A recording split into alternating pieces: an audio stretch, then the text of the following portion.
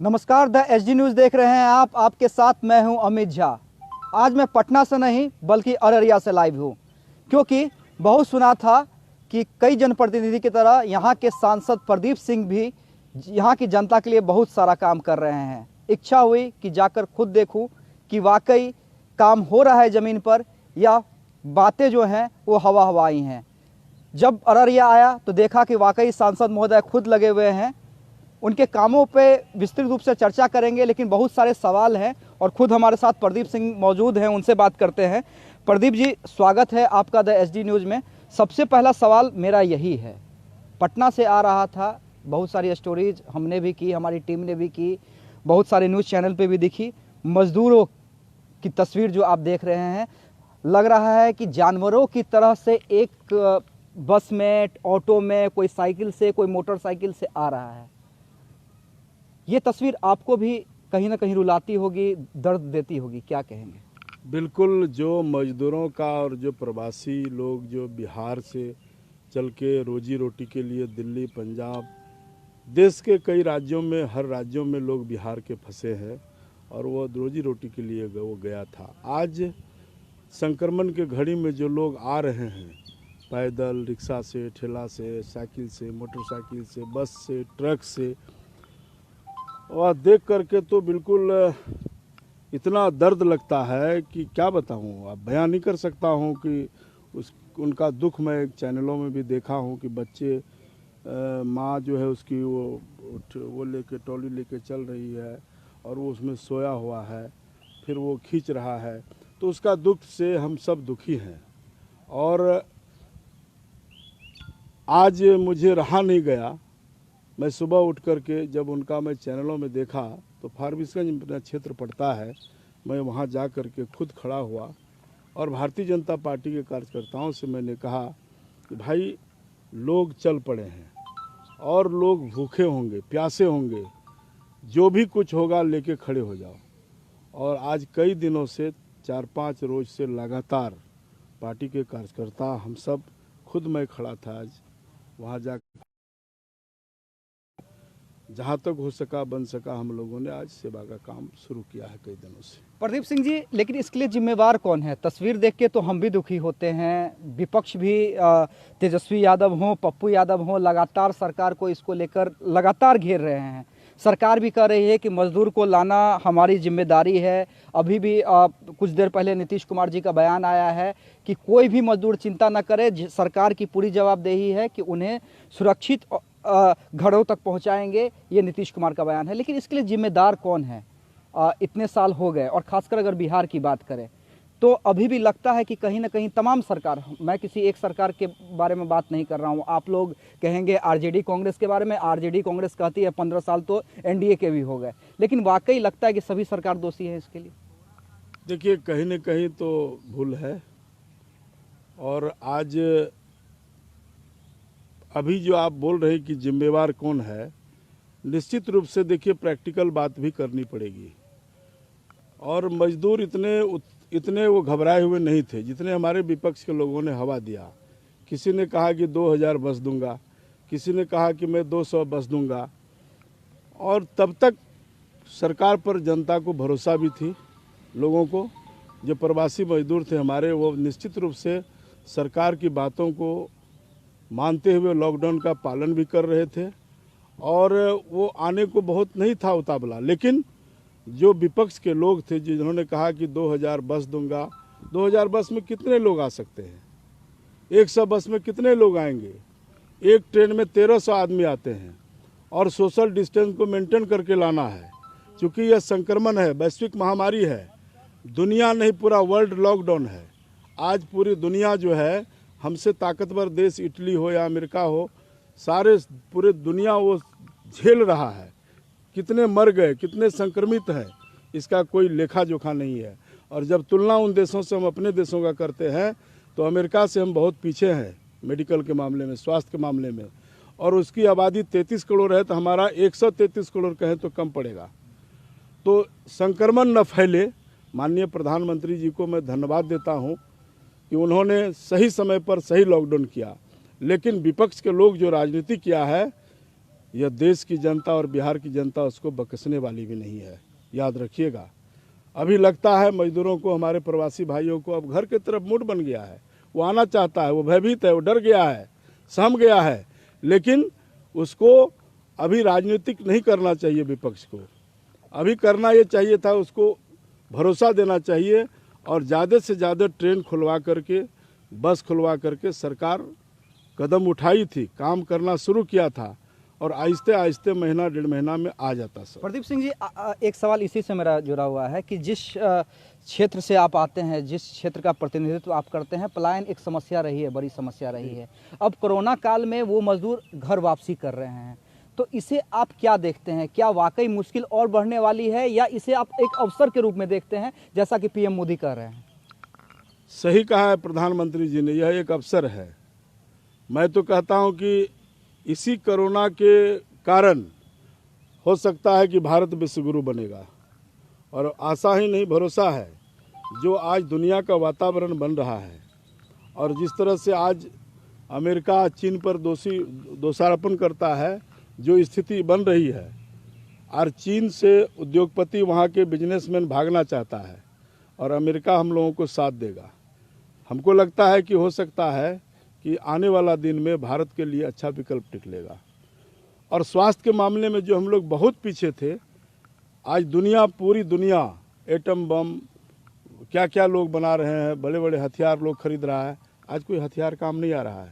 एक छोटा सा वायरस की वजह से आज पूरी दुनिया लॉकडाउन हो गई। हम लोगों ने जीवन में कभी न कोई किताबों में पढ़ा न देखा, तो इसलिए अब लगता है कि स्वास्थ्य के क्षेत्र में भी वायरस से बचने के लिए भी लोग खर्च करेंगे। अच्छा, ये आपको क्या लगता है कि एक बड़ा मुद्दा हो सकता है कि अपने बिहार के मजदूर बिहार में ही रहें, बिहार में ही काम करें? एक बड़ा मुद्दा हो सकता है पक्ष विपक्ष दोनों के लिए, और इस मुद्दे को सही तरीके से जो पकड़ेगा बिहार, क्योंकि बिहार चुनाव भी होने हैं इस साल। देखिए, मैं तो चाहे देश की सरकार हो चाहे बिहार की सरकार हो, निश्चित रूप से आज जो मजदूरों का दुर्दशा है, आखिर दिल्ली, पंजाब, बम्बई लोग क्यों जाता है, वहाँ के लोग हमारे यहाँ क्यों नहीं आवेगा?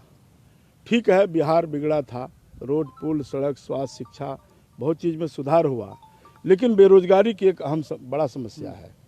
और मेरा मानना है कि बेरोजगारी का समस्या को हल करना चाहिए सरकार को, और हम लोगों ने अपनी बातों को। लेकिन सर, सरकार केंद्र में भी आपकी ही है, राज्य में भी आपकी है, चुनाव होने वाले हैं, फिर आप लोग जाएंगे जनता के सामने, विपक्ष जाएगा जनता के सामने, आप लोग पे दोषारोपण करेगा, आप लोग कहेंगे कि नहीं, हमने बहुत काम किया, कोरोना संकट में भी काम किया। लेकिन वाकई लगता है कि राजनीति से ऊपर वाकई हर जनप्रतिनिधि और सरकार का एक दायित्व हो गया है, क्योंकि एज ए बिहारी हमें भी खराब लगता है। हालांकि ये कहीं से रूल नहीं है, और नीतीश कुमार भी कहते हैं कि कोई भी कहीं भी जाके रह सकता है, ये हमारे देश की खूबसूरती है, कोई कहीं भी जाके रोजगार कर सकता है। और वाकई जितने भी बड़े राज्य हैं, विकसित राज्य हैं, उसमें बिहार मजदूर का एक अहम योगदान है। लेकिन एक बिहारी होने के नाते दुख तो लगता है ना, जब राज ठाकरे हों ये कहते हैं कि देखिए बिहार और उत्तर प्रदेश के लोग आके यहाँ पे हमारे लोगों का रोजगार छीन रहे हैं। तो अब ज़रूरत आ गई है, और जो तस्वीर सामने आ रही है, किस दर्द से वो लोग वापस आ रहे हैं, कोई साइकिल से, कोई मोटरसाइकिल से, कोई ऑटो से, तो यहाँ पे रोजगार सृजन करने की ज़रूरत है। बिल्कुल, यहाँ बिहार में ही रोजगार सृजन करना चाहिए। और मुझे लगता है कि इस बार जो महामारी फैला, जो मजदूरों का दुर्दशा है, दुर्गति है, मैं खुद अररिया का सांसद होने के नाते मुझे दिन में 1,500 से 2,000 टेलीफोन आता है, और मैंने खुद अनुभव किया कि 5 लाख से कम लोग अररिया जिला का नहीं होगा, और यही स्थिति लगभग पूरे बिहार का है।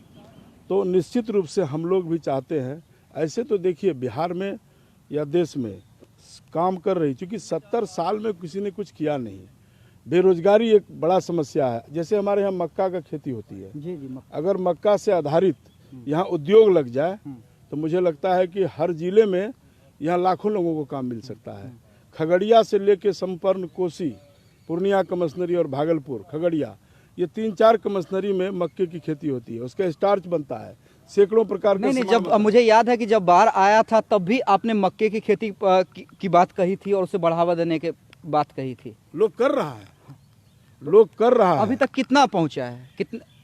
अब खेती तो इस तरह का खेती होता है कि आज देखिए आप लोग भी चल के आए होंगे रास्ते से, पिछले बार 2500 रुपया तक मक्का बिका है क्विंटल, और चूंकि सभी स्टार्च फैक्ट्री वाले जो मक्का खरीदार थे वो सब बाहर से आते थे, कोई बेंगलोर से, कोई दिल्ली से है, कोई आंध्रा से है, साउथ के लोग हैं। और यहाँ से लेके पूर्णिया कटिहार तक आप रोड के एनएच के साइड में देखेंगे तो मक्के का बड़ा बड़ा गोडाउन खरीदा है, और वो लोग आके खरीद के यहाँ से मक्का को इंडस्ट्रीज में फैक्ट्री में ला के स्टार्च बनाता था, कॉर्नफ्लावर बनाता है, जो बाहर जाता है। ये संक्रमण के घड़ी में वो लोग खरीदार यहाँ आ नहीं रहा है। तो मेरा मानना है कि मक्का का फैक्ट्री यहाँ क्यों नहीं लगे, सरकार यहाँ भी लगा सकती है। तो आने वाला दिन में हमको लगता है कि यह महामारी से रास्ता खुलेगा। सरकारें समझ रही है, देश की सरकार भी समझती है और बिहार की सरकार भी समझती है। नीतीश कुमार जी, जिस दो मुद्दों की आप बात कर रहे हैं, मजदूरों के लिए रोजगार और मजदूरों की स्थिति पे जो आप चर्चा कर रहे हैं, उसी सवाल पे तो तेजस्वी यादव हर 2 घंटे पे फेसबुक लाइव के जरिए आते हैं, ट्विटर के जरिए आते हैं और सरकार की एक तरह से कहिए कि बजा कर चले जाते हैं। नीतीश कुमार, सुशील मोदी की तस्वीर 2 घंटे पहले उन्होंने साझा की है और कहा है कि सिर्फ आप वादे ही करते रहेंगे कि हकीकत देखेंगे। मजदूर एक कोरोना से परेशान है, दूसरा क्वारंटाइन सेंटर में भी जो स्थिति तेजस्वी यादव कह रहे हैं कि सूखा चूड़ा मिल रहा है, खाने की सही व्यवस्था नहीं है, लोग भाग जा रहे हैं, ना आप पैसा जो घोषणा करते हैं पैसा देने की, वो पैसा भी नहीं मिल पा रहा है।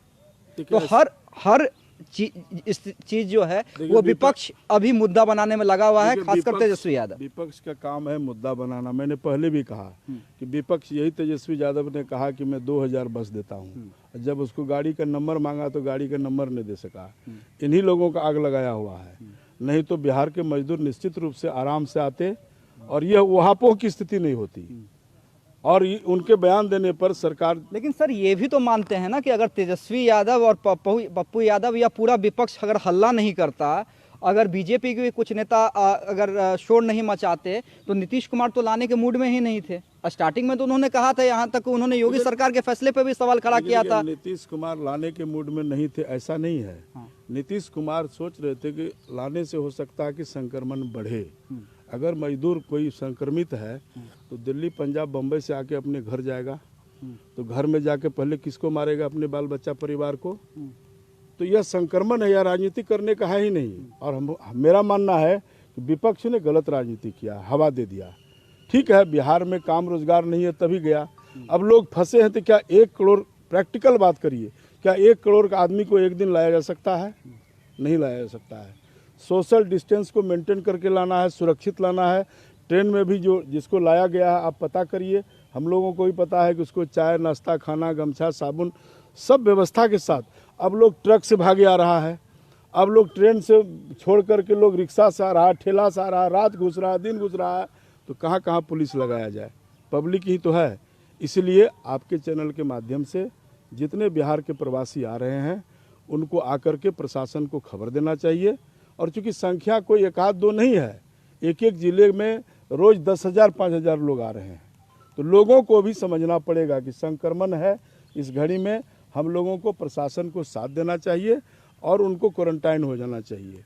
और सारा व्यवस्था है, मुख्यमंत्री ने कहा है कि 1,000। लेकिन कहीं कहीं तो उस व्यवस्था की पोल खुल रही है। अपने भी सोशल मीडिया पे, हम तमाम जगह की बात नहीं कर रहे हैं, लेकिन कुछ क्वारंटाइन सेंटर ऐसे भी हैं जहाँ पे वाकई आपको लगता है कि प्रशासन की गलती हो, वहाँ पे कुछ लोगों की गलती हो, या तो खुद लोग नहीं समझ पा रहे हैं, लोग भाग जा रहे हैं, यहाँ तो ऐसी व्यवस्था नहीं है। वाकई कई जगह से तस्वीर ऐसी भी सामने आई है कि कहीं जगह भोजन तक सही से नहीं दिया जा रहा है। इसी 1-2 तस्वीर को लेकर विपक्ष राजनीति कर रहा है और उसे मौका दे रही है। कहीं ना कहीं सरकार ही मौका दे रही है, स्थानीय प्रशासन ही के लोग ही मौका दे रहे हैं। मैं अब एक भोज करते हैं गाँव में, तो क्या लगता है कि 10,000 आदमी जहाँ तहाँ से घुस रहा है। मैंने कहा कि पब्लिक को भी साथ देना पड़ेगा। अब कोई व्यवस्था तो लोग किया है कि स्कूलों में टीचर खाना खिला रहे हैं, अब 2-3 चौकीदार लगा हुआ है, वो भागे जा रहा है घर, तो इसलिए उनको भी समझना पड़ेगा। कोई लाठी डंडा से उसको रोका नहीं जा सकता है। तो इसलिए देखिए, पोल तो देखिए अब इतने लोग आ रहे हैं एक जिला में, और कभी इस तरह का हुआ नहीं था। तो हमको लगता है कि 1-2 दिनों में बहुत चीज़ ठीक हुआ है। अब कमी तो है ही, कहीं न कहीं कमी है, इसको मैं इनकार नहीं कर सकता हूँ। प्रशासन भी कहीं, अब हर लोग अपने अपने माथे के हिसाब से चलते हैं, कई लोग किस हिसाब से चलते हैं। तो पदाधिकारी और सरकार का भी निर्देश है, हम लोग भी ध्यान रखे हुए हैं। हमें भी रोज़ फ़ोन आता है कि हाँ वो भाग गए, वो भाग गया। तो लोग भी जागरूक है, गांव का लोग खुद जो है आइसोलेट करवाता है, क्वारंटाइन सेंटर में भिजवाता है। तो निश्चित रूप से प्रवासी मजदूर हमारे यहाँ जो चल के आ रहे हैं, चाहे जिस तरह से आवे, वो पैदल, साइकिल, मोटरसाइकिल से, उनको आने के साथ हम देश के नागरिक हैं, जिला बचे, गांव बचे, परिवार बचे, उनको सूचना देना चाहिए प्रशासन को। सर, जो मेरी जानकारी है, पिछली बार आप रिकॉर्ड मतों से जीते थे। कहीं ना कहीं आप में जनता ने वो विश्वास देखा होगा, आप पे विश्वास किया, और यही कारण है कि आप रिकॉर्ड मतों से जीते। कोरोना संकट काल है, आप वाकई काम कर रहे हैं, इससे भी इनकार नहीं है, हमने भी तस्वीरें देखी है, आप बता भी रहे हैं। लेकिन एक होता है कि एक जनप्रतिनिधि के नाते और एक जनता का इतना प्यार मिला है उसके नाते, एक कहीं ना कहीं जो अपना फर्ज है वो और बढ़ जाता है कि हमें अपने जनता से इतना प्यार मिला है, हम रिकॉर्ड मतों से जीते। कैसे बैलेंस कर पा रहे हैं? देखिए, वोट तो अभी मेरा है नहीं। आप जानते हैं कि लोकसभा का चुनाव 4 साल बाद है। अभी मैं जब आया हूं तो आने के साथ ही मैंने दिल्ली से चला था 10 तारीख को, 1 महीना हो गया, और महीना आकर के भी मैं क्वारंटाइन था 14 दिन। मैंने वहां से चला तो सिविल सर्जन को फ़ोन किया कि आपको क्या क्या दिक्कतें हैं, क्या क्या परेशानी है। उसने कहा कि हमारे यहाँ स्कैनर नहीं है। मैंने 50 स्कैनर, दिल्ली में मिलता नहीं था उस वक्त, मैं ला के दिया, और पीपी किट लाया, और 2 लाख मास्क लोगों को बंटवाया। और इसलिए नहीं कि वोट, देखिए संक्रमण है, लोग परेशान है, गरीब इलाका है, तो इस गरीब इलाके में मैंने 2 लाख मास्क बंटवाया अभी। और जहाँ जहाँ लोग भूखे हैं, प्यासे हैं, कौन नीडी लोग हैं समाज में, ऐसे लोगों को चिन्हित कर करके वहाँ खाना भिजवाया। तो इसलिए काम नहीं करते हैं कि वोट तो अलग चीज़ है, सेवा भाव होना चाहिए। सर, आपका वोट नहीं है, ये मैंने मान लिया कि आपका चुनाव तो 4 साल के बाद है, लेकिन बिहार का चुनाव है। बिहार का चुनाव है, और इस बार तो ये तय माना जाए, ये वाकई खाली सियासी सवाल है, लेकिन ये बार तय माना जाए, क्योंकि और ये हकीकत है, चुनाव इसी साल होने हैं, बिल्कुल कोरोना संकट में भी। और यही कारण है कि कोरोना संकट में के लिए भी आप लोग मीटिंग कर रहे हैं, और दोनों जो एनडीए की महत्वपूर्ण पार्टियां हैं, जेडीयू और बीजेपी, अपने नेताओं के साथ चुनाव प्रबंधन को लेकर भी मीटिंग कर रही है। तेजस्वी यादव भी लगातार हमला कर रहे हैं, यानी तमाम लोग कोरोना संकट में जनता की भी सेवा कर रहे हैं और चुनावी मोड में भी हैं। देखिए, चुनाव नहीं, चुनावी मोड में है, इससे तो इनकार नहीं किया जा सकता। मेरा सवाल ये है कि आपको वाकई लगता है कि इस बार जनता उसी का साथ देगी जिससे वो देखेगी कि वाकई पक्ष हो या विपक्ष, जिसने मेरा साथ दिया वोट मेरा उसी को जाएगा? देखिए, साथ तो हर हालत में सरकार दे ही रही है। भारत सरकार ने भी ट्रेन खुलवा दिया है। आज भी कल पीयूष गोयल जी ने कहा कि हमें ट्रेन खोलने में कोई दिक्कत नहीं है, जितनी ट्रेन में 10,000 ट्रेन चला सकता हूँ। अब है कि संक्रमण है, ट्रेन से कैसे लाना, किस तरह से एक्सपर्ट जो बता रहे हैं, जानकार, उस हिसाब से लाया जा रहा है। और चुनाव तो समय से होना है, तो चुनाव भी होना है और कोरोना में भी जीना है लोगों को, तो सोशल मेंटेन को दूरी करके जीना है। तो चुनाव तो अलग चीज़ है, वो समय से होना है, चुनाव तो होना है। लोग राजनीति करने वाले काम, हम लोग पॉलिटिकल पार्टी के लोग हैं, सभी पार्टी अपना अपना जो है वो करेगा। लेकिन ऐसा नहीं है कि सरकार भी खड़ी है, सरकार भी कर रही है। 50,000 मजदूरों को 1,000 रुपया करके हमारा जिला अधिकारी ने बताया कि मैंने अररिया जिला के लोगों को जो बाहर फंसा है उनको भिजवाया है। अब किसी का रजिस्ट्रेशन नहीं है, किसी का आधार कार्ड से लिंकअप नहीं है, तो वो छूट जा रहा है। लेकिन सर, कल ही आपदा विभाग का बयान आया कि बहुत लोगों को हम राशि इसलिए नहीं दे सकते हैं पटना आने पे, जो कि नीतीश कुमार की घोषणा थी कि जो भी लोग आए हैं उनको सारा खर्च जोड़ के 500 रुपया अधिक दिया जाएगा। लेकिन अभी तक वो राशि नहीं दी जा रही है, क्योंकि कहा जा रहा है कि जो आप समस्या बता रहे हैं, किसी का अकाउंट बिहार में नहीं है। मान लीजिए अगर कोई मजदूर कर्नाटक में काम करता है, महाराष्ट्र में काम करता है, तो उसका तो अकाउंट वहीं पे होगा, तो राशि तो दी नहीं जा रही है, और आपदा विभाग इस चीज़ को मान रहा है। ये राशि दी जा नहीं रही है, ये बात नहीं है। किसी का अब अकाउंट नंबर नहीं मिलता है, किसी का गलत अकाउंट डाले जा रहा है।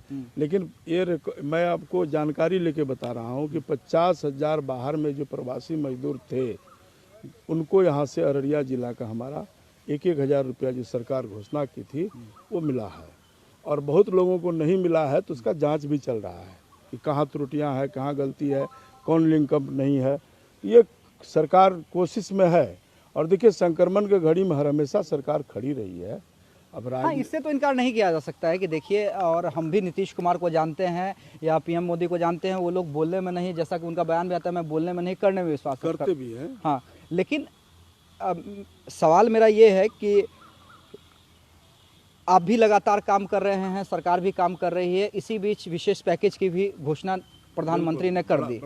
बड़ा पैकेज है, लेकिन लगातार वित्त मंत्री आ भी रही हैं लोगों के सामने और बता रहे हैं कि ये किस किस मद में आप यूज कर सकते हैं, कैसे कैसे लाभ ले सकते हैं, पूरा डिटेल्स दे रहे हैं। लेकिन विपक्ष यही कह रहा है, सोशल मीडिया पे जो विपक्ष ट्रेंड करवा रहा है, ये यही कह रहा है कि बिहार की में जो विशेष पैकेज की घोषणा हुई थी वो अभी तक पूरी नहीं हुई है, तो एक नया और विशेष पैकेज देश के लिए वो कैसे पूरा होगा? देखिए, 3 महीने के बाद चुनाव है, 100 कुछ दिन बचा है, 5 या 10 दिन।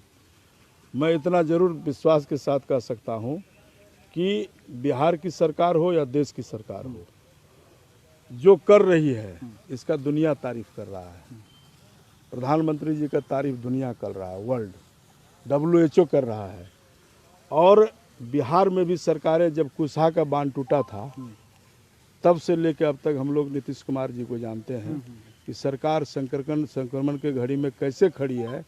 आज एक एक गरीब घर के यहाँ हम लोग जाते हैं गांव, तो कहता है कि जनधन खाता खुलवा के प्रधानमंत्री ने डायरेक्ट पैसा भेजा, फ्री में चावल मिल रहा है, दाल मिल रहा है, और इस तरह की सरकार कभी हम लोगों ने नहीं देखा था।